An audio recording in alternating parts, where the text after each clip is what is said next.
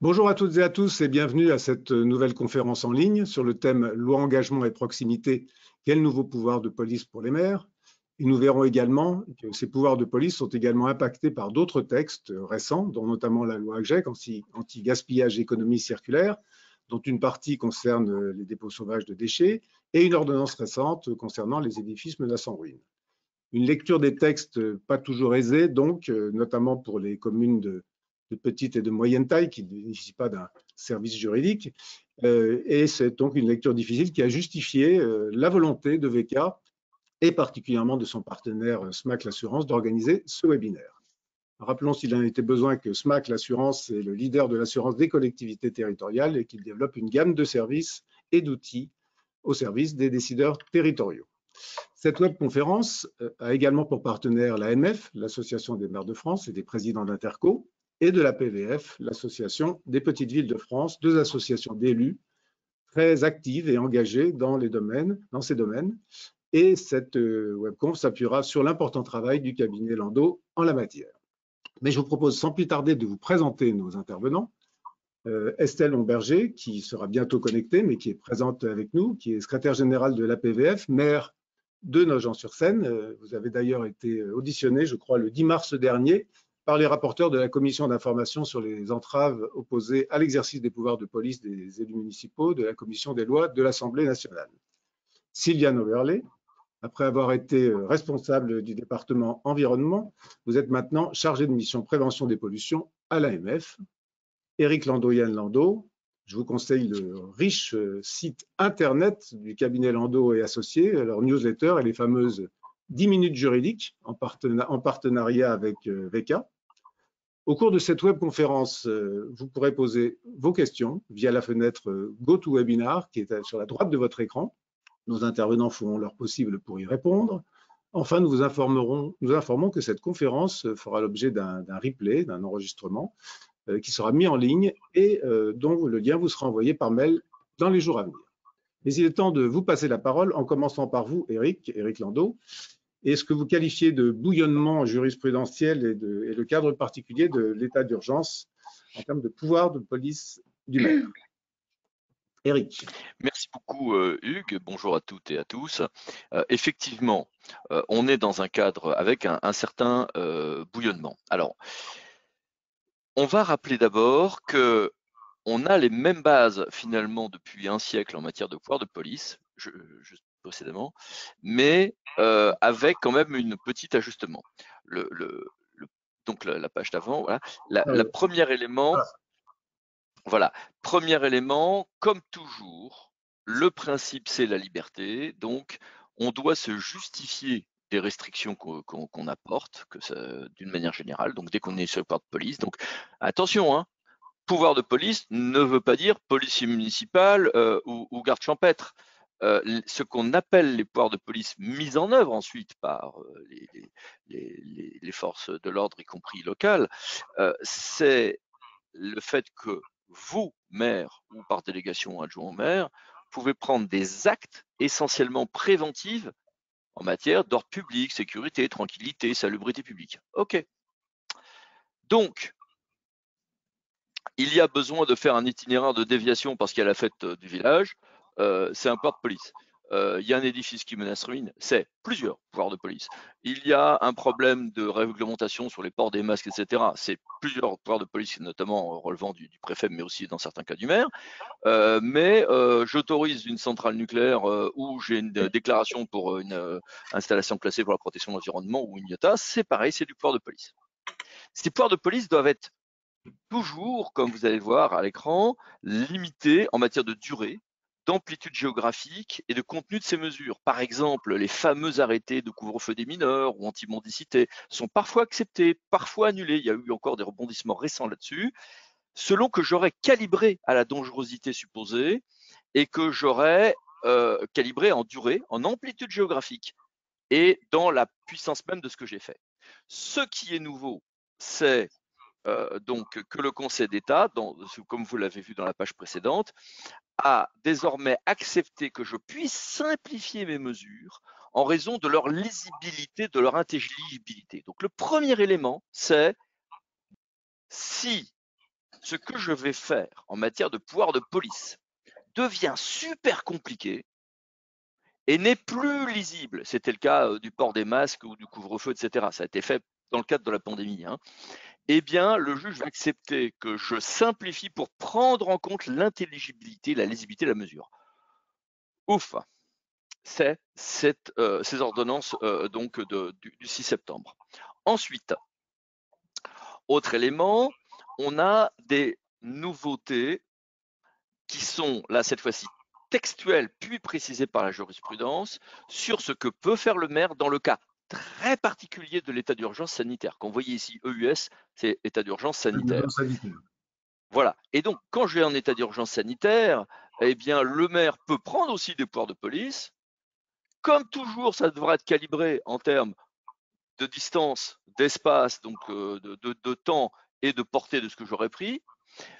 Je prends en compte l'intelligibilité, mais parce que je suis en état d'urgence sanitaire, mes arrêtés devront en plus ne pas compromettre la cohérence ou l'efficacité des mesures prises par l'État. Ça ne pourra pas aller à l'encontre des mesures prises par l'État. C'est pour ça que, par exemple, des arrêtés interdisant l'arrivée de touristes, par exemple, ou dans les résidences secondaires, ont pu être validés dans une commune et interdites la plupart du temps. Pareil pour les masques, etc. Globalement, ces jurisprudences sont quand même très strictes et ont beaucoup déçu beaucoup d'élus, puisque ça a quand même beaucoup bridé le pouvoir du maire. Car que on censure le maire lorsqu'il veut assouplir ce qui a été décidé par l'État au niveau national ou préfectoral est une chose, et on peut le comprendre, quel que soit le point de vue qu'on aura sur le fond. Que l'on le censure quand on durcit en fonction de circonstances locales, sous peine que c'est plus aussi clair pour les habitants, là évidemment ça a fâché beaucoup de maires. Autre élément et nouveauté, et c'est plutôt ce sur quoi on va passer le temps qui va nous rester, c'est qu'on a confié aux maires pas mal de pouvoirs dans un certain nombre de domaines. Sauf que on se heurte parfois au pouvoir de police de l'État, non pas dans le pouvoir de police général qu'on vient d'évoquer, mais les pouvoirs donnés à l'État dans certains domaines. Ça s'appelle les concours de police, ça n'a rien à voir avec le concours pour passer, pour entrer dans la fonction publique, hein. C'est quand j'ai donné des pouvoirs à l'État, mais que le maire, lui, va dire coucou, moi j'ai un pouvoir spécial ou des pouvoirs de police générale. Et alors là, si vous allez voir vos amis juges administratifs, ils vont dire que tout est clair, que c'est un jardin à la française. En fait, c'est un joyeux bordel et ils font ce qui leur plaît au cas par cas. Bien. Donc, je vais prendre. Alors, le principe, c'est en fonction de circonstances locales, le juge peut admettre que le maire dégaine ses pouvoirs de police générale quand même pourtant j'ai donné des pouvoirs de police spécifiques à l'État. C'est la réalité SIAD 59. C'est l'État qui a le pouvoir de dire quel type de film je peux passer, pas passer au cinéma, mais le maire peut avoir dans certains cas un pouvoir d'ajustement. D'accord. Alors il y a des cas où on admet que le pouvoir de police générale du maire agisse alors même qu'un pouvoir de police spécial a été donné. C'est le cas, par exemple, pour le SPANC, avec des décisions très importantes de 2019 et 2015 du Conseil d'État. Plus surprenant, c'est le préfet qui a fixé les heures des bars et des restaurants d'ouverture, etc. Mais dans certains cas, le maire peut jouer aussi, y compris pour des usages de licence 4, hein, ça n'allait pas de fois. Par contre, sur les compteurs Linky, on a tous suivi cette grande saga. Ah non, non, non, non, non, non, compteur Linky égale pouvoir de l'État, vous les maires, pas touche. Pareil pour les communications électroniques, avec notamment la 5G. Et pareil pour les distances d'épandage de pesticides, avec un arrêt tout récent, puisque c'est du 31 décembre 2020 que le droit a définitivement été fixé là-dessus, même si les maires anti-épandage de pesticides ont trouvé une autre parade qui a marché il y a quelques jours au théâtre de Nantes, mais par un tout autre moyen. Et puis, en même temps, il y a des domaines où on se dit, tiens, moi je suis bien content de pouvoir utiliser mes pouvoirs de police. Alors même que j'ai des pouvoirs de police spéciaux, moi. C'est par exemple, il y a beaucoup de maires qui disaient, pour les édifices qui menacent ruine, comme c'est des trucs qui coûtent comme très très cher potentiellement à la commune, potentiellement, parfois on se contentait, notamment dans les villages désertifiés, de faire un périmètre de sécurité. Bah, vous voyez, le juge a dit, oh bah vous pouvez utiliser votre pouvoir de police générale, mais seulement dans des circonstances assez exceptionnelles, c'est le cas des édifices menaçant ruine. Bon, voilà. Donc, autre bouillonnement, le juge est très strict, mais au cas par cas, sur les cas où le maire peut agir alors même que le pouvoir a été donné à une autre autorité, qui peut être l'interco, qui peut être le préfet. Dans le cas du SPANC, ça sera souvent le cas par exemple. Mais le grand mouvement surtout, c'est qu'on se rend compte que l'État veut tout contrôler, c'est pas nouveau, ça a toujours été le cas, d'accord, très bien, mais que globalement, on se rend compte que le maire, lui, il est auprès du terrain, qui peut agir, et que finalement, s'il agit, ça marche plutôt bien, et ça marche plutôt mieux que le droit pénal. Et c'est une des choses qu'on va voir ce matin, c'est que dans des tas de domaines, on a donné des pouvoirs aux maires pour des tas de raisons, mais de proximité et d'efficacité. Le stationnement de voirie en surface reposait sur un régime pénal qui était compliqué, lourd. On est passé à un autre régime avec le FPS, etc., que l'on aime ou que l'on n'aime pas, qui est discuté, qui est critiqué. Mais c'est là aussi un passage d'un pouvoir qui était essentiellement sur du pénal pour le stationnement sur la surface à un autre régime, même si là on n'est pas sur du pur pouvoir de police. Et puis maintenant, il y a toutes les réformes que vous avez évoquées, Hugues, et que nous allons essayer de passer en revue. D'accord. Alors, à ce stade, j'aimerais bien pouvoir passer la parole à Estelle Bomberger. Est-ce que vous nous entendez bien, Estelle Bomberger? Oui, je vous entends parfaitement. J'espère que vous m'entendez bien également. Très bien. Oui, c'était l'occasion. Vous êtes, je le rappelle pour ceux qui viennent de se connecter, vous êtes secrétaire général de la PVF et maire de Nogent-sur-Seine, je crois à peu près 6 000 habitants. Et je trouvais intéressant qu'on puisse recueillir à la fois un témoignage d'élu local, bien sûr, mais aussi, d'une certaine manière, la voix que porte l'association, notamment sur la proximité des maires et le fait que des maires sont à la fois sans doute la bonne personne pour prendre des mesures nécessaires en termes de prévention des comportements dangereux, mais qu'en même temps, ils constatent à certains moments leur impuissance pour faire cesser les comportements. Mais je préfère vous laisser la parole. Oui, merci. Donc, je vais essayer de tenir dans les 5 minutes qui m'ont été confiées pour aborder le sujet des pouvoirs de police davantage ancrés dans la proximité et la sécurité. C'était un peu le contrat. Alors, les pouvoirs de police du maire, pour être efficaces, ils doivent d'abord être issus d'une volonté politique de la part des élus. Ensuite, pouvoir être exécuté, c'est-à-dire avoir la plupart du temps une police municipale disponible pour mettre en œuvre les décisions et surtout pouvoir entrer dans une chaîne de sanctions efficaces. Et là, c'est souvent que la difficulté émerge. Alors, concernant les sujets de sécurité, un certain nombre de maires, et j'ai envie de dire quasiment la totalité des maires, constatent régulièrement une forme d'impuissance à faire cesser les comportements inciviques, nuisibles à la tranquillité publique et même des comportements beaucoup plus délictueux. Alors, il y a plusieurs raisons, hein, vous allez en discuter aujourd'hui, mais l'une des raisons essentielles, ça vient de ce mépris qui se généralise envers l'autorité publique, cette contestation qui est croissante à l'égard de celles et ceux qui incarnent en partie une autorité, quelle qu'elle soit.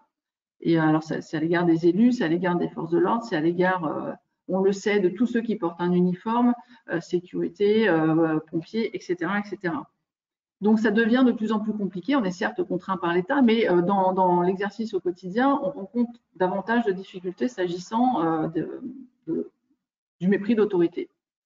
Alors, au sein de l'Association des petites villes de France, que j'ai la chance de représenter ce matin, nous, pour essayer de rendre plus efficaces les pouvoirs de police du maire, déjà, on veut conserver ces pouvoirs de police au maire et non pas les transférer au président des intercommunalités comme parfois c'est évoqué.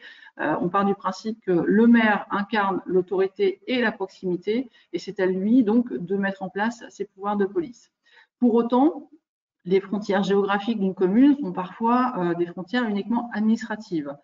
Les problèmes, les difficultés, les délits aussi sont souvent des flux dans la circulation des personnes et c'est la raison pour laquelle on a besoin et on demande à ce qu'on puisse étendre les pouvoirs de police du maire sur éventuellement d'autres communes en concertation avec les élus concernés. C'est-à-dire qu'une police… En concluant des conventions, c'est comment, sous quelle forme?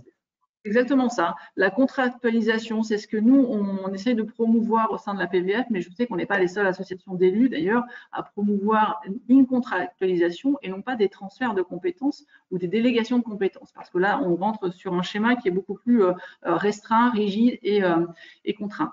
Tandis qu'avec des contrats, si des communes contractualisent ensemble pour rendre effectif un pouvoir et l'exercer d'un commun accord, par une mutualisation par exemple, là on entre dans un schéma qui est beaucoup plus acceptable pour la plupart des élus et qui, à notre sens, est beaucoup plus efficace également. La contractualisation, c'est vraiment le mot-clé, à notre sens, de l'exercice des pouvoirs dans le temps de manière beaucoup plus efficace. Parce que ça provoque une coopération à l'échelle des bassins de vie et ça ne s'arrête pas simplement à des frontières administratives. Donc ça, c'est important. Et encore une fois, c'est un élément essentiel pour nous. Un autre élément qui nous apparaît très essentiel, c'est les relations entre les polices municipales, donc les pouvoirs de police du maire, et les pouvoirs de police de l'État, comme vous l'avez évoqué, que ce soit avec la police nationale ou avec la gendarmerie. La PVF, les élus de la PVF plaident pour une mise en place renforcée dans la prévention au niveau de tous les territoires. C'est-à-dire que l'idée, c'est de passer là encore des conventions de coordination entre les polices municipales et les polices nationales ou alors avec les gendarmeries en fonction du bassin de vie et de la compétence qui est territoriale. Donc ces conventions de coordination fonctionnent plutôt bien. Là, j'ai envie de dire que l'humain prend une part aussi déterminante puisque en fonction des gendarmeries, des polices nationales, en fonction de qui commande, c'est plus ou moins respecté, cohérent et pertinent. Mais encore une fois, cette convention, elle fonctionne. Le lien essentiel également, il se crée à travers ce qu'on appelle le comité local, le CLSPD, le comité local de sécurité de prévention de la délinquance. Alors, ce comité local de sécurité est obligatoire pour toutes les communes de plus de 10 000 habitants. Au sein de l'association des petites villes de France, en fait, on incite les élus, même des plus petites villes, à organiser un CLSPD parce que c'est un instrument efficace de concertation de l'ensemble des personnes, des acteurs publics locaux qui sont susceptibles d'avoir des informations, une action de prévention, une action de sanction également sur tout ce qui est toutes les formes de délinquance. Beaucoup de communes de moins de 10 000 habitants sont en train de mettre en place ce CLSPD parce que la délinquance évolue, parce qu'elle s'exporte des territoires urbains en zone rurale. Et donc aujourd'hui, c'est un élément efficace. D'ailleurs, les préfets vont dans le même sens que nous et on a toujours une écoute favorable, même quand on est moins de 10 000 habitants, pour que les préfets puissent eux aussi participer à ce CLSPD. Donc là encore, une contractualisation avec l'État qui est nécessaire parce qu'au niveau local, on a besoin aussi d'avoir le contrat, la main avec l'État. Pour autant, c'est bien au niveau du territoire que les enjeux sont déterminants. L'État ne peut pas agir avec pertinence sur l'ensemble du territoire. En revanche, par ce biais de contractualisation, on retrouve une forme d'efficacité dans l'action publique, efficacité qui est souvent stoppée au niveau du judiciaire. Voilà. Le problème aujourd'hui, il est aussi là. La bonne volonté existe sur le terrain. La bonne volonté ne fait pas tout. Ça renforce l'efficacité. Pour autant, ce n'est pas non plus quelque chose qui va permettre de supprimer toute délinquance. En revanche, le frein, le blocage, il est vraiment au niveau du juge et de la sanction. Donc là, pour l'instant, on n'a pas de solution. Voilà sur les trois grands points de contractualisation que nous, on promeut et qu'on essaye d'engager au quotidien.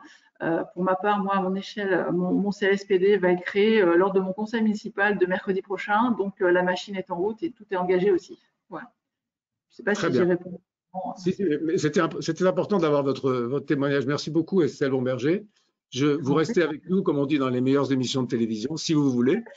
Si vous voulez, et si jamais je sais que vous avez d'autres obligations et que vous souhaitez vous déconnecter, bien entendu, aucun aucun problème, on comprendra. Je propose comme le temps est court, qu'on reprenne les propos d'Éric Landau avec l'analyse des différents articles de la loi engagement et proximité. Je précise juste à nos internautes que, effectivement, puisqu'ils nous demandent beaucoup, que le support relatif au webinaire sera à leur disposition.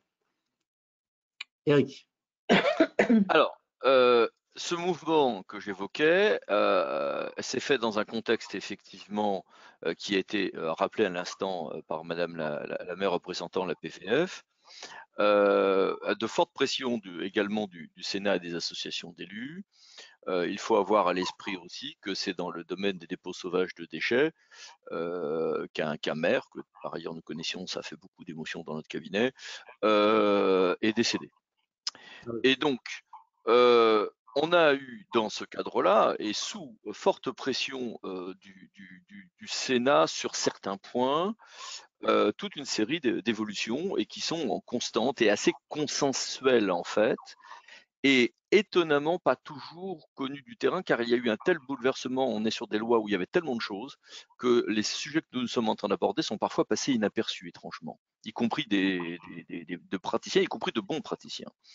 Mon frère qui va parler tout à l'heure m'a confirmé qu'il avait fait des interventions, des formations pour des gens très compétents et très bons, mais qui n'avaient pas vu passer certains éléments extrêmement importants que nous sommes en train de voir en ce moment. Donc sur les édifices menacés en ruine, on en parlera tout à l'heure parce que tout s'est fait surtout avec une ordonnance ensuite. Sur les établissements recevant du public, un système de mise en demeure avec astreinte journalière jusqu'à 10 000 € quand même a été prévu. Ça veut dire qu'on a eu une révolution 94, je crois, où on ne pouvait plus faire d'autorisation d'ouverture des ERP, des fonctionnements du public, sous réserve de travaux, donc on ferme. Sauf que parfois les choses ne sont pas faites, où il y avait des problèmes parce que si la fermeture n'était pas faite, on glisse vers du pénal, mais c'est long, la preuve en pénal est compliquée, enfin voilà. La gendarmerie se déplace pas toujours, ou la police nationale. Le pouvoir du maire de constater lui-même en tant qu'OPJ des infractions dans le monde rural, notamment il n'y a pas de PM ou de garde champêtre, est compliqué à mettre en œuvre en réalité. Donc, allez, hop, là maintenant, je dégaine une mise en demeure avec astreinte journalière, c'est évidemment beaucoup plus efficace. À noter aussi, bien que le sujet soit légèrement différent, c'est le maire qui a récupéré le transfert sur sa demande des pouvoirs de fermeture administrative des débits de boissons, alors qu'on était sur une compétence préfectorale, mise en demeure possible sur un certain nombre de suspensions de travaux en urbanisme. Ça veut dire qu'avant en urbanisme, on glissait que vers du pénal. Maintenant, je vais pouvoir glisser vers des actions administratives beaucoup plus efficaces, beaucoup plus efficaces. Alors évidemment, c'est toujours casse-gueule parce que derrière, ça veut dire qu'on aura des débats sur savoir si la construction était légale ou pas. Mais par exemple, au lendemain d'une annulation, alors qu'on voit que les travaux continuent, au lieu d'avoir un très lourd pénal à mettre en œuvre, on peut y aller administrativement, c'est plus efficace. Ce qui ne veut pas dire qu'il ne faut pas mettre en œuvre le pénal, mais ça veut dire qu'on peut agir vite. Donc Madame la maire représentant la PDF évoquait une perte du respect de l'autorité publique et de la parole publique, voire même de sa légitimité, voire même parfois de la légitimité de la représentation en fait du système représentatif. Ce qui est évidemment une catastrophe pour tous les gens qui croient en République démocratique. Donc c'est vrai que si un acteur de terrain peut agir vite et que la sanction arrive vite, et bien évidemment qu'elle sera mieux comprise et qu'il n'y aura pas ce sentiment d'impunité, de perte de confiance. On a eu ensuite, donc dans cette loi, d'autres éléments sur les déclarations d'insalubrité avec pouvoir de police du maire, mais ça, c'est à combiner avec un autre texte que nous allons voir après. Exécution forcée des travaux d'élagage sur les abords des voiries. Il faut savoir qu'il y a aussi un régime à côté de travaux d'exécution forcée quand on a du débroussaillage à faire et qu'il y a des risques d'incendie en bord de terrain. Donc les deux se combinent.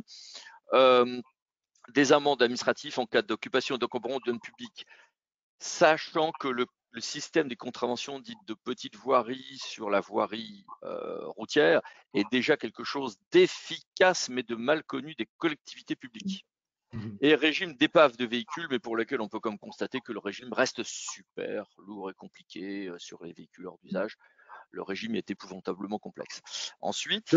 Je crois Sylviane Leberlé, que vous vouliez réagir sur l'article 53, sur les conditions de vote de cet article. C'est extrêmement rapide. En fait, la loi engagement et proximité est arrivée au calendrier parlementaire à peu près en même temps que la loi AGEC.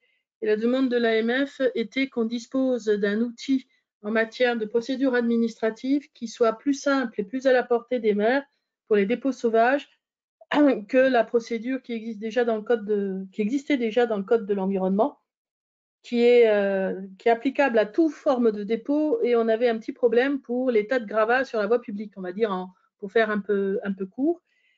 Ce qui a amené effectivement à avoir les deux. On avait le risque que ça soit voté nulle part. On a eu la chance que ce soit voté dans les deux. Donc, dans le cadre de la loi engagement et proximité, l'objectif était d'avoir un outil qui permettait de sanctionner rapidement des dépôts sauvages de petite taille qui gênent la circulation, et avec une possibilité d'avoir une amende qui vienne très très vite, parce que comme on le verra plus tard sur les dépôts sauvages, l'un des problèmes de tout l'arsenal juridique, c'est la distance entre la constatation du fait et la sanction, on va dire, ou le fait qu'il se passe quelque chose.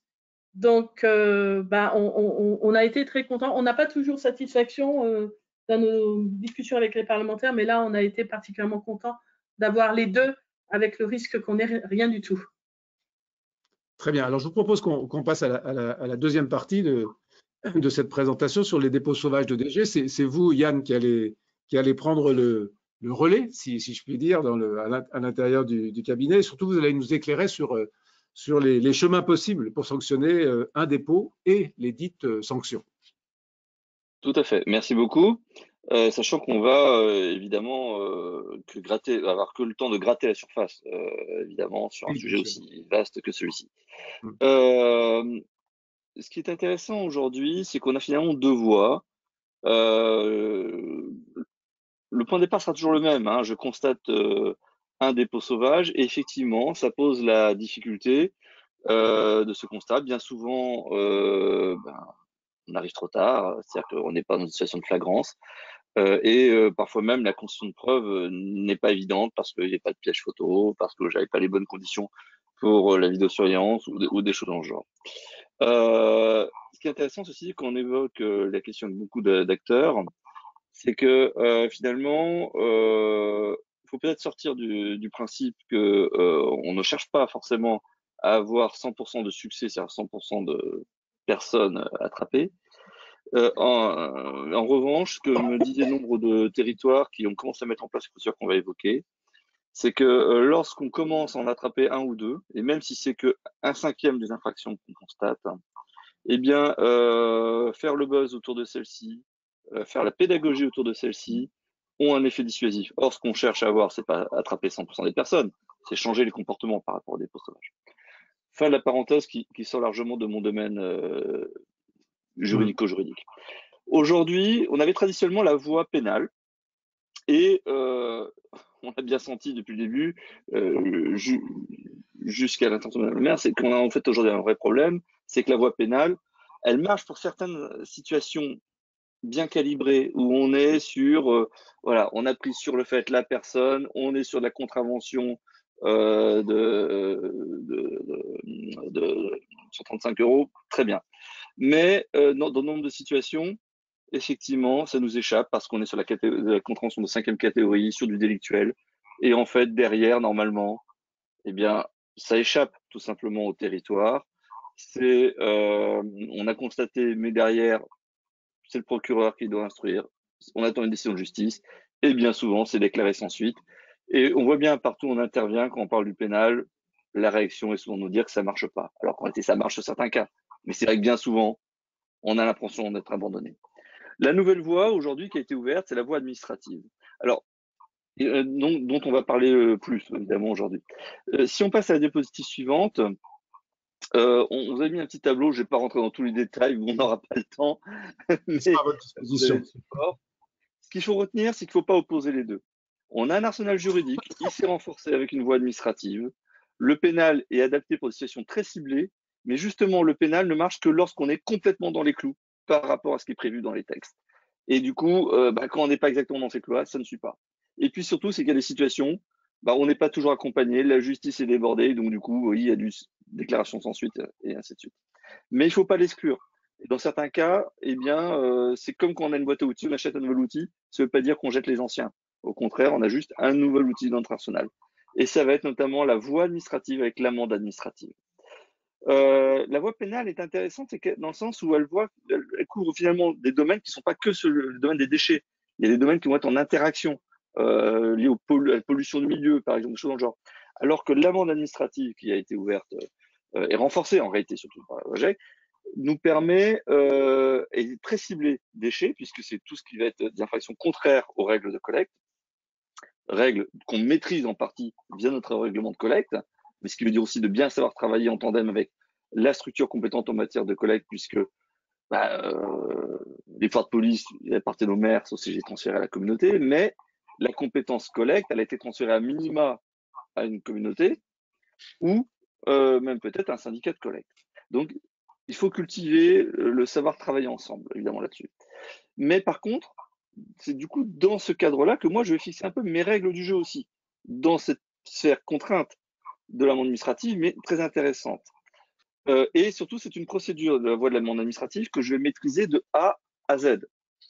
Par contre, l'inconvénient, c'est comme le législateur me dit un petit peu, débrouillez-vous avec ça, ça veut dire que je dois créer mes outils dans le cadre de cette amende administrative, et notamment fixer mon cadre juridique, mes barèmes de sanctions, les différentes situations que j'ai rencontrées et aussi mes modèles d'actes et ainsi de suite, mes modèles de mise en demeure, etc., etc. Je crois d'ailleurs, je crois que Sylviane Overley vouliez intervenir sur cette partie-là, plus particulièrement, notamment sur la taille des dépôts.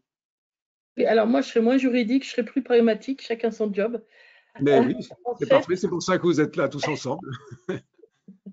En fait, la voie pénale pose un problème, parce que ça a été déjà dit, c'est que qui dit voie pénale dit deux faits. Premièrement, il va falloir avoir la coopération des autorités judiciaires, et c'est plutôt dans l'autre sens. Et deuxièmement, il va falloir faire la charge de la preuve. Et la charge de la preuve, c'est toujours très compliqué.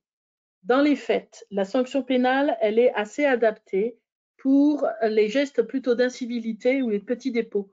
La personne qui jette son papier gras sur le trottoir ou qui rate la poubelle, la personne qui met ses déchets à côté du récipient de collecte, enfin, c'est-à-dire des infractions qui sont plutôt de l'ordre du flagrant délit, qui sont plutôt des petites infractions qui sont, pour lesquelles la voie pénale peut être assez adaptée. Alors, dans cette catégorie d'infractions, il y a deux cas. Il y a le cas où il y a une sanction réelle qui est relativement rare parce qu'effectivement, les PV sont souvent classés sans suite. Nous avons réussi à obtenir à l'AMF la procédure de l'amende forfaitaire qui devrait normalement permettre d'avoir une sanction. On a un petit problème d'ordre administratif avec le ministère de l'Intérieur et le ministère de la Justice sur la formalisation des PV, mais sous réserve que le PV soit correct, c'est une voie qui permet d'avoir une sanction immédiate dans la mesure où l'amende forfaitaire, c'est la possibilité pour celui qui a pris l'amende de la régler immédiatement, enfin sous 40 jours, et d'éteindre la procédure. S'il est au courant, il ne risque pas grand-chose puisque la procédure n'aboutira pas, mais ça permet tout de même de faire une sanction qui est un petit peu sérieuse. Le deuxième intérêt des sanctions pénales, c'est effectivement ce qui a été souligné, c'est qu'elles ont un intérêt psychologique. À partir du moment où ça sait qu'il y a des PV derrière, ça dissuade un certain nombre de comportements. Deuxième cas où la sanction pénale peut être relativement efficace, mais là, ça n'est plus dans le cadre de la police du maire, c'est parce que si elle permet effectivement de traiter des dépôts de grande taille, des comportements manifestement délictueux, mais dans ce cas-là, on n'est plus sur la police du maire et ça démarre généralement par une plainte.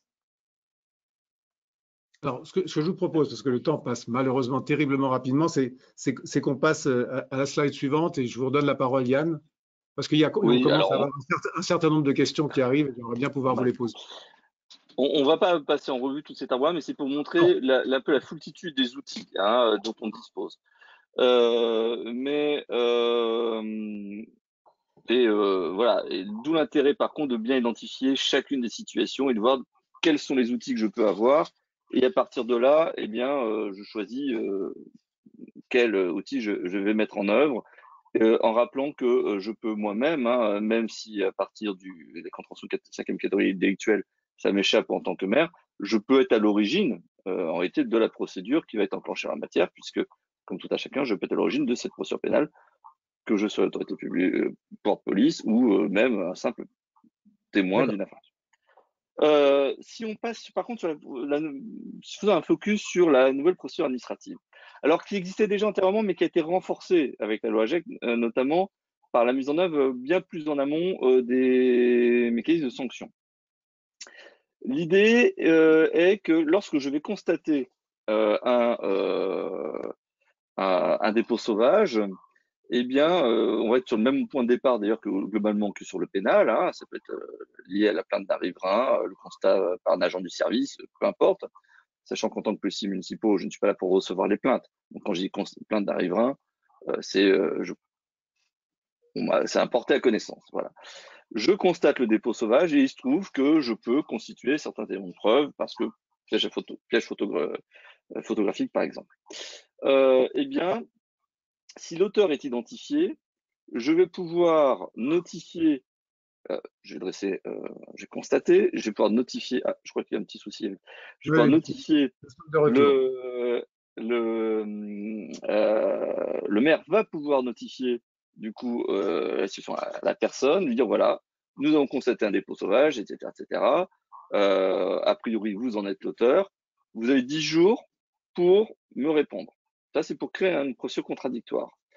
Dans l'espace, et j'indique aussi à la personne qu'elle est passible d'une sanction. Alors, ce que ne dit pas la loi, c'est comment est évaluée cette sanction.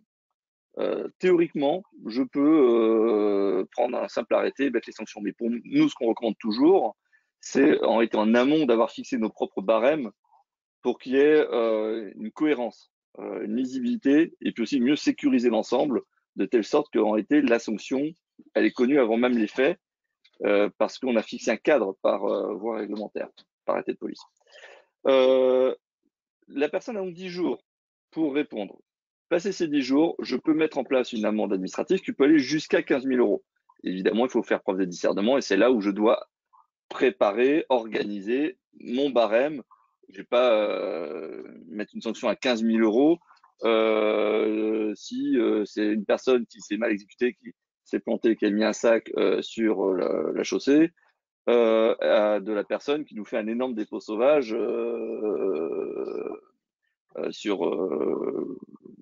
au pied devant la déchetterie, par exemple. Je crois que c'est un vrai sujet, d'ailleurs, sur lequel vous vouliez intervenir, Sylvain Oberlé, sur le point de vigilance sur le montant des amendes. Alors oui, alors c'est vrai que ça a suscité beaucoup d'espoir puisque la procédure du Code de l'environnement, en fait, elle ne sanctionnait pas le dépôt, elle sanctionnait le fait de ne pas avoir procédé aux travaux qui étaient prescrits par les mesures, les mises en demeure. Là, donc en gros, le comportement de dépôt sauvage n'était pas sanctionné. Là, la première chose, c'est que le comportement de dépôt sauvage est sanctionné en tant que tel. La deuxième chose, c'est que 15 000 euros, ça a fait fantasmer, en plus c'est versé à la commune, donc ça a fait fantasmer un certain nombre d'élus. Il faut rester prudent parce que plus l'amende est élevée, plus les contentieux sont probables. Et comme il n'y a pas d'encadrement juridique en tant que tel, il faut que la collectivité soit attentive au fait qu'elle a un barème qui lui permet de proportionner la sanction, l'amende administrative, à la gravité de l'infraction. Donc, ça peut être un barème sur le volume, la taille, avec éventuellement quelques mesures aggravantes du genre c'est plus grave de faire ça dans un milieu naturel protégé que de faire ça sur le bord d'un trottoir. Mais il faut néanmoins que la collectivité se soit fixé des règles, non seulement qu'elle se soit fixé des règles, mais qu'elle s'y tienne. La tentation de déroger aux règles est extrêmement mal vue du juge. Merci. Yann Ando, je propose de reprendre. Je vous rappelle que le temps passe terriblement vite et que je voudrais qu'on puisse aussi évoquer répondre aux questions et évoquer les édifices menacés en ruine. Tout à fait. Juste pour rebondir sur ce que vient de dire Mme Berlet, il est important aussi du coup de bien travailler la cohérence de l'arrêté de police que je vais prendre avec l'arrêté, enfin, avec le règlement de collecte, puisque tout ça forme un tout et il serait malheureux d'avoir des textes qui se contredisent là-dessus. Donc je peux mettre en place l'amende administrative et derrière, je peux assortir la décision aussi de tout ensemble de mécanismes. L'obligation de remise en état. Je peux même mettre en place la consignation, mais faire exécuter les travaux d'office, sous réserve néanmoins de l'accès à la propriété, etc. Donc il y a quand même des règles à respecter là-dessus, notamment parfois de devoir saisir le juge judiciaire pour un accès à la propriété pour ces travaux d'office. La suspension, l'amende administrative, l'astreinte administrative. Alors l'amende administrative, c'est une amende renforcée qui peut jusqu'à 150 000 €. Pareil, pour moi, il faut la cadrer du coup celle-ci. Petite remarque. Ça, c'était en fait l'amende administrative dans le régime antérieur apparaissait qu'à ce stade-ci, passé un délai d'1 mois, enfin c'était très très long. Aujourd'hui, je ne sais pas, il est important de prévoir aussi nos procédures par rapport à ces 5 axes possibles, mais on va être clair. Ce que disent l'ensemble des territoires, c'est que ce ne sont pas ces mécanismes-là les plus intéressants aujourd'hui. C'est l'amende qu'on peut mettre dès le début pour sanctionner le dépôt. C'est important de pouvoir avoir ces cas-là pour les cas extrêmes, mais ce que disent souvent le territoire, c'est qu'en réalité, il vaut mieux mettre l'amende administrative, faire évacuer le dépôt le plus vite possible, parce que sinon il y a un effet d'entraînement. Mais voilà, il faut quand même les prévoir. L'avantage de cette procédure par rapport au pénal, on l'a bien vu, c'est qu'en fait, je la maîtrise de A à Z. C'est-à-dire que là, je ne suis pas dépendant du juge judiciaire. Par ailleurs, on va être clair, on ne sait pas ce que va dire le juge administratif sur des contentieux qu'on aura demain. D'où l'importance aussi de ne pas, de bien la sécuriser, parce que les premières décisions de justice vont être importantes. Mais c'est comme l'avantage, on part sur un terrain vierge avec un juge un peu innocent, on va dire, sur ces questions-là, qui n'est pas marqué comme le juge administratif par d'autres formats. Donc c'est vraiment une procédure très intéressante et nous, sur les territoires qu'on accompagne, on voit bien qu'il y a un réel intérêt sur la mise en place de ces procédures-là. Très bien. Alors, il y a un certain nombre de questions. Oui, intervenir pour préciser. En fait, c'est une procédure qui a longtemps fait peur aux collectivités parce qu'elle est lourde, elle est longue en termes administratifs.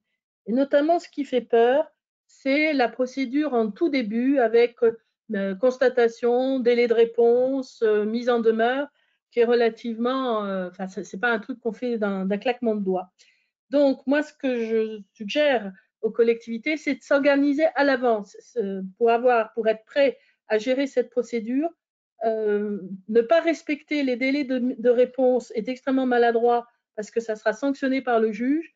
Donc, mettre en œuvre cette procédure telle qu'elle est prévue, s'organiser pour pouvoir le faire sans devoir faire ça à la dernière minute. Et puis derrière, ça permet de dérouler une procédure qui est un peu compliquée, mais qui est finalement relativement puissante.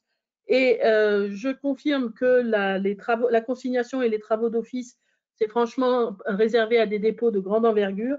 Par contre, il y a quelque chose qu'il ne faut pas négliger, c'est que c'est l'astreinte administrative après la mise en demeure et la possibilité de mettre en demeure le contrevenant de réparer les dégâts, donc en clair d'enlever ses déchets, et s'il ne fait pas passer un délai, de mettre en place une amende administrative, ce qui permet de mettre une pression pas très amicale pour que les travaux soient réalisés.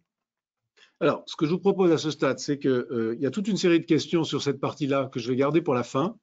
Je vais passer la parole tout de suite à Eric, à qui, avant de poser une question qui, à mon avis, le concerne plus, parce qu'elle est moins sur le sujet qu'on vient d'aborder. Donc, je vous propose je vous pose cette question, vous y répondez, et ensuite on enchaîne sur les édifices menaçant ruine, et on garde les questions sur les déchets pour la fin, parce qu'il y en a un certain nombre. La question, c'est comment articuler les nouveaux pouvoirs de police du maire avec la Charte des droits de liberté fondamentale européenne, notamment en matière de lutte contre les incivilités. Eric. Je n'ai pas approfondi la question, mais quand j'ai survolé le sujet, je n'avais pas vu de contrariété ou de difficulté. D'accord. Donc, je ne m'attendant pas à la question, ça fait quelque temps que je n'ai pas regardé le sujet, mais quand je l'avais vu, je n'avais pas vu de difficulté. Je ne sais pas si la personne qui a posé la question a quelque chose de précis en tête. Écoutez, on essaiera de la recontacter par ailleurs et de voir ce qu'il y avait éventuellement derrière sa question. En tout cas, très bien. Et puis, donc nous passons à la dernière partie sur la police des édifices menaçants sur en lequel ruine. je serai très rapide, Comme ça, on parce peut que passer la parole aux internautes. Parce que les deux manières de traiter ce sujet, c'est soit 5 minutes, soit une journée entière, Je préfère ou une 5 demi-journée. minutes, si c'est possible aujourd'hui. L'option 5 minutes. D'accord. Bon, bah tant pis alors. Donc bon, la police des édifices menaçants en ruine. En réalité, il y a plusieurs polices.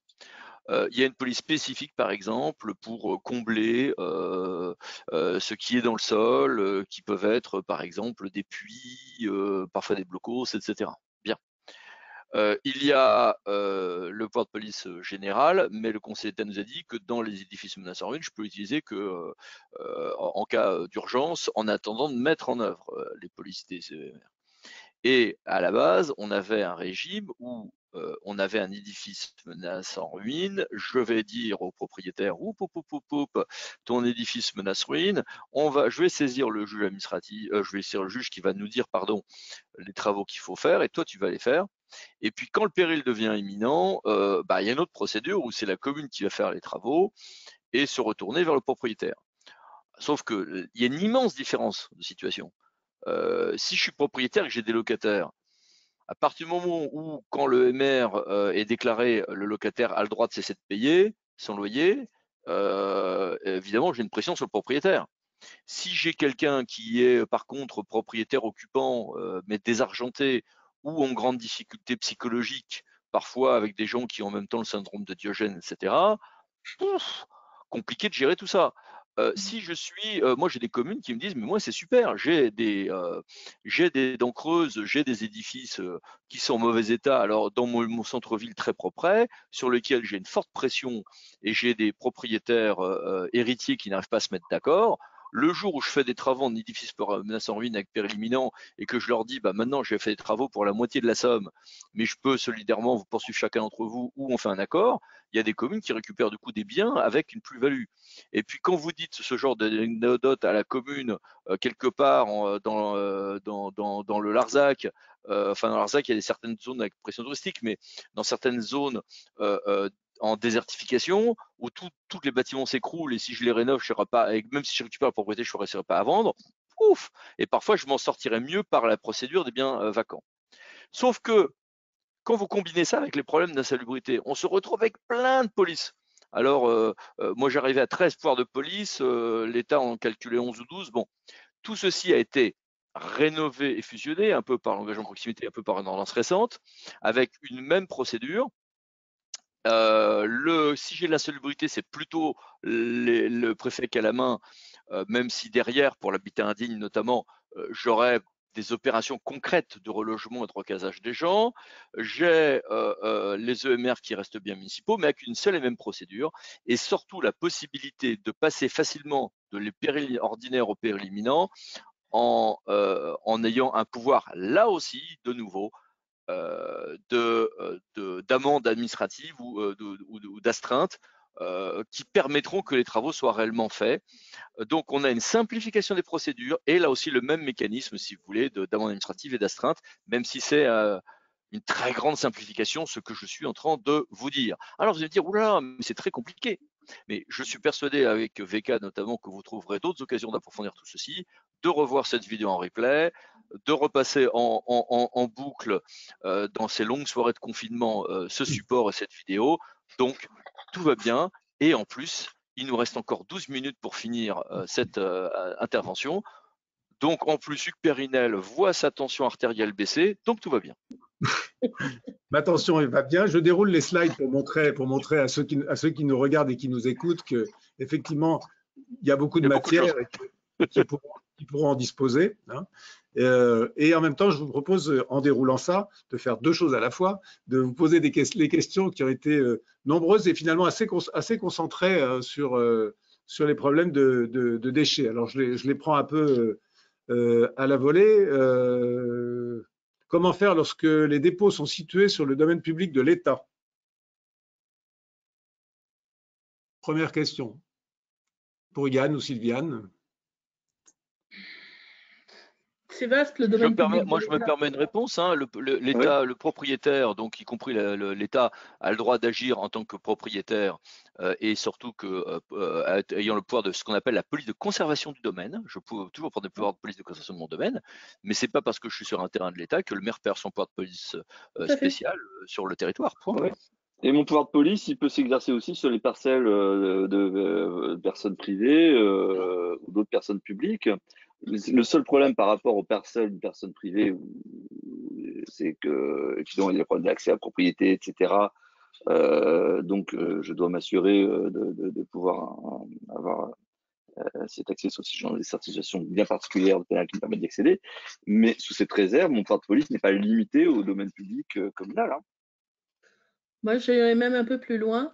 Sans aller jusqu'au pouvoir de police, le maire, quand il a la connaissance, doit porter à l'attention du propriétaire l'existence de ce dépôt sauvage et lui demander de prendre les mesures, lui rappeler que c'est non conforme à la façon légale dont on doit gérer les déchets, et lui demander de prendre les mesures pour se mettre en conformité. Il ne peut pas rentrer sur le terrain, sauf qu'on a eu des contentieux où la responsabilité du maire a été recherchée parce qu'il n'avait justement pas pris la précaution de signaler qu'il y avait quelque chose à faire. Donc, en clair, on écrit à l'État pour lui dire qu'il n'est pas conforme à la législation et qu'il faudrait qu'il se mette en conformité. D'accord. Une deuxième question. En rappelant d'ailleurs qu'au regard du droit, en matière de droit des déchets, sanction des déchets, la personne qui est principalement responsable, c'est la personne qui est le générateur des déchets, qui est l'auteur donc de propriétaire historique du déchet, qui a généré le déchet. Mais après, il y a une responsabilité de second rang qui existe, qui est celui du détenteur. Alors évidemment, bien souvent, le détenteur est victime, mais parfois, il y a une ambiguïté. Je pense notamment à tous ceux qui font des formes d'activité de commerce des déchets, c'est-à-dire qui entretiennent en fait des dépôts sauvages sur parcelle, moyennant quelques billets. Et cela, on peut les sanctionner à ce titre-là. Question complémentaire, quel recours lorsque nous n'avons pas connaissance de l'auteur du dépôt? Quel recours possible quand on ne connaît pas l'auteur du dépôt des… Malheureusement, on va être sur la plainte contre X. Il y a des procédures, on est censé même pouvoir passer par l'ADEME, mais donc il n'y a pas vraiment les moyens là-dessus pour pouvoir résorber le dépôt. Alors c'est là où on peut retrouver la responsabilité de second rang du propriétaire, hein, justement, ou du détenteur, hein, c'est-à-dire que ça peut être aussi l'occupant de la parcelle. Mais c'est vrai que ce sont les situations les plus hasardeuses, parce que bien souvent le détenteur, en réalité, est la personne victime aussi. Bien sûr. Ouais. Je me permets de mettre mon grain de sel. Un des problèmes que l'on a, c'est que le juge pénal estime que c'est pas parce que dans les poubelles je trouve que des factures au nom de Monsieur X que c'est une preuve pénale que c'est Monsieur X qui a foutu ses poubelles, parce que ça peut être pris dans sa poubelle, ce qui sera vrai à un cas sur 100 et du foutage de gueule dans 99% des cas. Donc c'est vrai que en toile de fond de tout ceci, il y a un peu l'espoir que le juge administratif, ce qui serait assez dans son genre, sera un peu moins sourcilleux que le juge pénal sur la notion de preuve pénale. D'accord. Question d'ordre plus général, est-ce que vous… Allez-y. Pour vous dire, attention, au niveau, les agents de police municipale, garde champêtre, ASVP, sont limités aussi dans leurs actes d'enquête. Donc l'astuce, évidemment, c'est qu'en fait, on a été aidé par le service qui a collecté les données. Enfin, en fait, ils ont ouvert les sacs et nous, ils nous portent à notre connaissance, du coup, ce qu'ils ont constaté. Ce qui fait que, du coup, non, je n'ai pas fait d'acte d'enquête. C'est des subtilités que les agents connaissent bien, en réalité. Donc, question plus générale, pouvez-vous rappeler les modalités et conditions de transfert du pouvoir de police au président de l'EPCI compétent en matière de collecte? Alors, à l'heure actuelle, c'est un transfert purement de la police administrative, c'est-à-dire c'est la capacité de prendre l'arrêté réglementant la collecte. Ça n'est pas un transfert du pouvoir de police général qui, lui, reste au niveau des maires. Concrètement, ça veut dire que le président de PCI édicte le règlement de collecte, mais s'il y a des infractions au règlement de collecte, il revient au maire ou au pouvoir de police du maire de les constater et de les sanctionner. Il y a une disposition de la loi AGEC qui permet de mettre en place une procédure de commissionnement des agents qui ne sont pas des agents classiquement dotés de pouvoir de police et qui seraient donc compétents uniquement pour constater des infractions au règlement de collecte. Et cette procédure de commissionnement est réservé aux agents des collectivités territoriales, ce qui veut dire que le président de PCI n'en bénéficie pas. Les agents du président de PCI n'en bénéficient pas. Ça veut simplement dire que le maire a le pouvoir de demander à des agents de collecte de vérifier le respect du règlement de collecte. D'accord. Qu'advient-il si le dépôt… Juste un point. On a l'impression d'être assez dans l'air. Allez-y. Par contre, Oui, il y a désormais une modification qui permet le transfert, mais là, il n'y a rien d'automatique, à la demande des maires qui peuvent proposer le transfert, qui peut être entériné après par le préfet, pour transférer ce pouvoir de sanction de l'article 51.3, donc celui qu'on a vu de l'amende administrative, qui peut être proposé au président, mais ça n'a rien d'automatique. Il faut se poser la question si c'est pertinent ou pas, parce que transférer sans que la communauté des moyens humains, ça pose comme des limites. Voilà, mais voilà, c'est une faculté. Je ne l'ai pas vu appliquer aujourd'hui sur les. Enfin, s'il y a un territoire qui est en train d'envisager sur les clients qu'on accompagne. Qu'advient-il si le dépôt est fait avec l'accord de la personne ayant la jouissance du lieu? Les faut-il. Pardon. Les deux? Enfin, j'en prie, Madame Méré. Il n'enlève plus en tout cas des sanctions pénales de type amende, puisque la limite de la sanction, c'est sans l'accord du propriétaire. Donc à partir du moment où il y a l'accord du propriétaire, on n'est plus sur le code pénal. Par contre, ça reste une infraction au minimum au code de l'environnement, puisque c'est une manœuvre illégale, enfin une mesure illégale pour se débarrasser des déchets. Après, ça devient extrêmement compliqué parce qu'il faut prouver que c'est des déchets, il faut prouver que le propriétaire… On a eu des affaires avec des gravats qui étaient soi-disant faits pour du remblaiement de la parcelle sur laquelle ils étaient, donc ça relève, c'est relativement compliqué. Maintenant, la dernière chose, quand on suspecte que c'est l'objet de transactions financières, ce qui existe, d'une part, on peut alerter le préfet parce que techniquement, ça s'appelle une décharge illégale exploitée sans autorisation délivrée par le préfet. Mais là, il faut transmettre aux autorités judiciaires et parce qu'avec une enquête, on peut éventuellement arriver, ça a été fait, mais c'est compliqué, à, comment ça s'appelle, fraude à la TVA, enfin c'est une activité économique illégale dans ce cadre-là. Dans tous les cas de figure, concrètement, ça veut dire qu'il faut le signaler aux autorités préfectorales parce que c'est possible de trouver une solution dans le cadre d'une coopération avec les autorités, mais c'est eux qui ont les pouvoirs réels.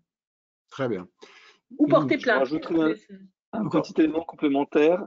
Lorsqu'on atteint un certain volume, on peut être aussi dans une installation classée non déclarée. Et ce qui fait que dans ces cas, la police de l'environnement étatique, mais du coup, c'est des thèmes réels, qui peuvent intervenir aussi, s'ils veulent bien intervenir, parce que du coup, on est sur une activité occulte. Et on l'a parfois aussi sur les véhicules endommagés, où en fait, c'est une casse déguisée, ou c'est une déchetterie déguisée, ou que sais-je. Et du coup, on peut leur tomber dessus. Mais ça échappe à nos pouvoirs de police qu'on a au niveau. Et la police, les agents de la police de l'environnement, de l'OFB, ont des pouvoirs qui sont assez étendus, qui ont été étendus, qui viennent de s'étendre à certains cas de feu du véhicule, etc. Des choses qui ont été faites surtout en réalité pour des raisons de droit de la chasse, mais qui peuvent s'appliquer aux choses qui nous intéressent. Il y a une question justement précise sur ces pouvoirs de police et des personnes qui les détiennent. Pouvez-vous me confirmer que la relecture des images de vidéoprotection n'est pas possible par un agent de police municipale pour identifier l'auteur des déchets et que cela pourra être uniquement fait par des personnes habilitées à leur lecture, OPJ, sur réquisition? C'est effectivement aujourd'hui une des grosses limites qu'on a là-dessus. Alors, pour tout vous dire, on est en train de regarder jusqu'où on peut aller, ça part par la voie administrative, mais il y a aujourd'hui effectivement des vrais doutes sur ces questions-là. Sans compter que les autorités municipales n'ont pas accès aux fichiers des immatriculations qui sont nécessaires pour passer du véhicule au propriétaire du véhicule. Et on a encore des risques de contentieux parce que le propriétaire du véhicule peut très bien nier être celui qui conduisait le dit véhicule lorsque l'acte de dépôt sauvage a été fait, et auquel cas on se lance dans une procédure qui nécessite de chercher le responsable. Le propriétaire du véhicule est censé savoir qui le conduisait, mais ça peut compliquer la procédure. D'accord. Et puis peut-être une ou deux dernières questions parce que le temps passe. Est-ce que, une concernant plus les gardes champêtres, est-ce que vous admettez les actes d'enquête des gardes champêtres pour les infractions relevant du Code de l'environnement? En fait, les gardes champêtres ont des pouvoirs de police bien supérieurs à ceux de la police municipale pour tout ce qui concerne le Code de l'environnement. Alors après, la question est de savoir ce qu'on entend par enquête. Ce qui est sûr, c'est qu'ils ont un pouvoir de constatation. Enquête, je serais plus prudente parce que c'est quoi une enquête dans l'esprit de la La personne évoquait enquête préliminaire et audition, quoi. Voilà. Non, ils ne peuvent pas auditionner. De mémoire, non, on a un peu les mêmes limites. Pénal du terme. Ouais. Ils peuvent poser des questions, mais ça n'est pas une audition, une pièce du dossier. On va être dans la même distinction un peu que ce que j'ai évoqué tout à l'heure pour les policiers municipaux ou autres, c'est qu'en fait, évidemment, en fait, il y a un vrai enjeu, hein, à mon sens, d'élargir le statut aujourd'hui des PM, des gardes champêtres. On voit bien qu'on est limité aussi par ça. Mais ce qui est intéressant, c'est que s'ils ne sont pas là pour recevoir des plaintes en réalité, rien n'empêche par contre une personne vienne leur faire un porté à connaissance. Donc souvent, c'est plus une question d'habillage de termes, je dirais, qui est intéressant. Ce qui est intéressant aussi, c'est que beaucoup de territoires se constituent avec des brigades intercommunales, parce que toutes les communes n'ont pas les moyens d'avoir des PM. Et du coup, avec les policiers municipaux qui sont communaux et parfois une intercommunalisation à travers une brigade environnementale constituée souvent de gardes champêtres, ce qui permet justement du coup de bénéficier des deux régimes sur le territoire en fait. Très bien. Et en tout état de cause, un garde champêtre peut toujours faire un rapport qui est transmis à son autorité et le rapport peut être lui-même transmis aux autorités judiciaires compétentes, ce qui fait que du coup, ça devient une pièce de la procédure sans être une pièce au sens d'une audition. Rappelons que la proposition de loi sécurité globale qui est en cours de débat a justement donné lieu à l'adoption d'un amendement donnant les mêmes pouvoirs au PM que ce qui est donné aux gardes champêtres, alors que dans les mêmes débats, beaucoup de demandes des gardes champêtres sur beaucoup de sujets ont été refusées, ce qui suscite la colère, à mon avis justifiée, mais c'est un point de vue qu'on peut ne pas partager, de la Fédération nationale des gardes champêtres. Mais vous ferez une nouvelle table ronde sur ce sujet avec notamment M. Armisto qui en est le président. Et sans compter qu'en milieu rural, les gardes champêtres sont tout de même plus adaptés et que de donner les prérogatives des gardes champêtres à la police municipale ne va pas forcément améliorer la situation. Et il y a des brigades vertes, on peut citer le Haut-Rhin, mais il n'y a pas que, où il y a vraiment des gens très très efficaces. Hein. Merci pour toutes les réponses aux questions qui ont été posées, celles qui n'ont pas été posées et qui auraient pu être posées. Merci d'avoir réussi à tenir dans le temps imparti. C'était un exercice qui n'était pas facile et vous avez réussi à le faire. Merci vraiment à tous les trois. Je remercierai également la maire de Nogent tout à l'heure. Merci beaucoup à SMAC l'assurance qui nous a permis de faire cette webconférence d'un grand intérêt. Les questions étaient nombreuses, j'ai essayé de les regrouper, on n'a pas pu répondre à toutes. Je voulais vous signaler les prochaines webconférences organisées par VK, donc vous les avez sur l'écran. Le 3 avril sur la fameuse PSC qui suscite beaucoup de commentaires et de travaux. Donc une le 3 et une le 8, une le 30 mars et une le 8 avril, l'une plus sur le contenu et l'autre plus sur le PSC comme outil de management, et le 20 avril sur la sécurité numérique, un nouvel enjeu majeur pour les acheteurs et les décideurs. Voilà, un grand merci à tous et à très bientôt. Merci, au revoir. Merci, au revoir. Au revoir.